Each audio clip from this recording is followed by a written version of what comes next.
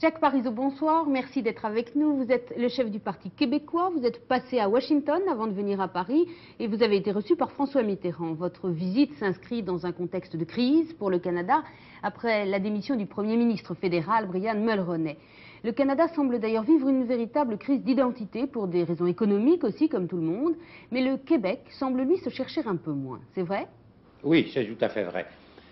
Le Canada vient de terminer 5 ans de négociations constitutionnelles. C'est un peu effrayant quand on y pense, où tous les dirigeants politiques ont été impliqués et où en octobre dernier, les premiers ministres, les chefs autochtones aussi d'ailleurs pour la première fois, présentent à la population un vaste changement dans le fédéralisme canadien. Et le référendum, au référendum du 26 octobre dernier, on dit non.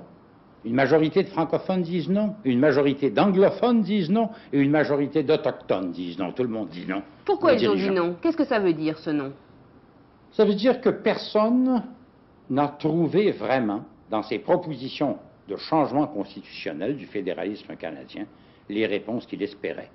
Et c'est très important en ce sens que ce que ça veut dire, c'est que l'espoir de modifier le fédéralisme canadien, ces espoirs-là sont déçus. C'est terminé, on ne va plus en parler pendant des années. Et il ne reste plus alors, il reste quoi sur la table comme projet politique au Canada? Il reste la souveraineté du Québec. Et c'est dans ce sens-là où, sur le plan d'identité, les Québécois sont appelés, ils vont être appelés là 3 fois. En 93, dans l'élection fédérale, en 94, dans l'élection à Québec, et en 95, à l'occasion d'un référendum sur la souveraineté, les Québécois vont être appelés à dire: vous voulez de la souveraineté de votre pays, oui ou non? Jacques Parizeau, votre programme, à vous, ce que vous souhaitez, c'est l'autonomie, l'indépendance, la sécession du Québec? Ah, l'indépendance, la souveraineté du Québec, et ça depuis des années. On a connu des périodes difficiles où les Québécois se disaient: est-ce qu'on peut vraiment améliorer le système fédéral? Ou alors est-ce qu'il vaut mieux avoir un pays à soi? Et là, enfin, la réponse est claire. À la question, est-ce qu'on peut améliorer ou modifier le fédéralisme canadien, la réponse a été donnée le 26 octobre dernier, la réponse est non. Alors qu'est-ce qui reste comme voie? Est-ce qu'on veut vraiment avoir un pays à nous? Mais votre ami René Lévesque a déjà échoué dans ses tentatives de souveraineté. C'est vrai, il y a maintenant 13 ans. La question était probablement ambiguë.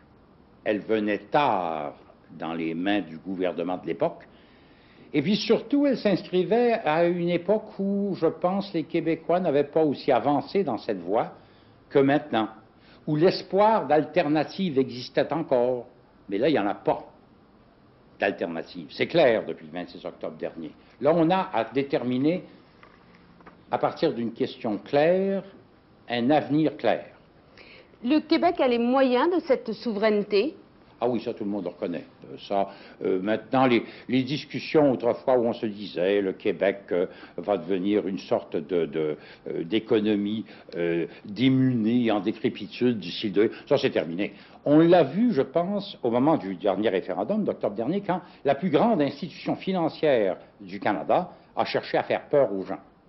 Non seulement ça n'a pas marché, mais il y a 6 semaines, le président de cette grande banque, la Banque royale du Canada, devant son assemblée d'actionnaires, s'excusait d'avoir essayé et se plaignait d'avoir perdu beaucoup d'affaires. Ça a marqué d'une pierre blanche un cheminement. On ne fait plus peur aux Québécois maintenant. Mais est-ce que c'est possible de vivre seul à l'ombre du géant américain? Non.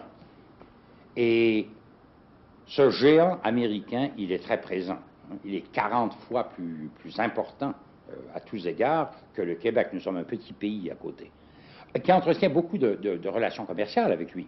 Nous représentons quand même, dans notre commerce avec les États-Unis, autant que le commerce des États-Unis avec la France. Autant, avec nos 7 millions d'habitants. Mais c'est vrai qu'il est là. Et nous avons donc besoin d'une sorte de contrepoids. Et ce contrepoids, nous ne pouvons le trouver qu'en France. La France, pour nous, représente, comment dire, une sorte de nécessité, si vous comprenez ce que je veux dire, face à ces rapports avec ce géant qui est pour nous les États-Unis. La France est une possibilité pour nous d'équilibrer les choses. Jacques Parizeau, merci. Écologie oblige.